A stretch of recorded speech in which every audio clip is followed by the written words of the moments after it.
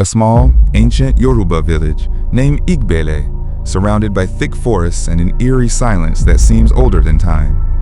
A 24-year-old city boy who returns to his ancestral village for his late grandfather's burial.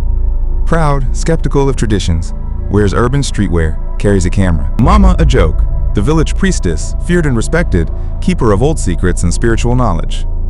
Abeni, Tunde's cousin, 21, raised in the village. She's sensitive to spirits and superstitions and acts as Tunde's reluctant guide. Tunde defies a sacred burial rite and steals an ancestral mask as a souvenir to post online. But that mask was never meant to leave the shrine. That night, whispers begin. And they don't stop. He unleashes an ancestral spirit of vengeance, Oricumcan, a faceless, whispering entity that feeds on disrespect and broken traditions. As the boundary between the living and the dead dissolves, Tunde must confront what he stole or be taken beyond the veil. Disrespect for heritage, clash between modern life and ancient beliefs, generational secrets.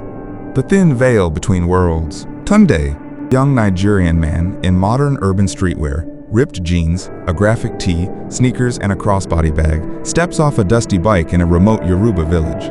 The background features traditional mud huts with thatched roofs, elders watching, and dense forest in the distance. The lighting is hot afternoon sun, casting long shadows. Cultural elements include calabashes, cowrie decorations, and faded ancestral murals. A mysterious, overgrown forest shrine in a Yoruba village, lit by the last rays of sunset.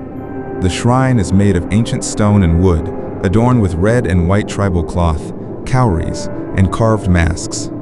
Shadows move in the trees, and the atmosphere is thick with tension. Ground is dusty with scattered palm fronds. Mood is haunting. Tunde stands inside the dark shrine, holding an ancient tribal mask carved from ebony and covered in red markings. The mask seems to whisper. Behind him, ancestral paintings glow faintly on the walls. The lighting is eerie, with green-blue moonlight filtering through a cracked wooden roof. Atmosphere is intense and supernatural. Oricumcan appears in his room. A shadowy, faceless spirit, with long limbs and a flowing black robe, floats inside a dimly lit room. Tunde, an urban apartment, with scattered clothes, phone charger, and laptop on the floor. The walls have graffiti art.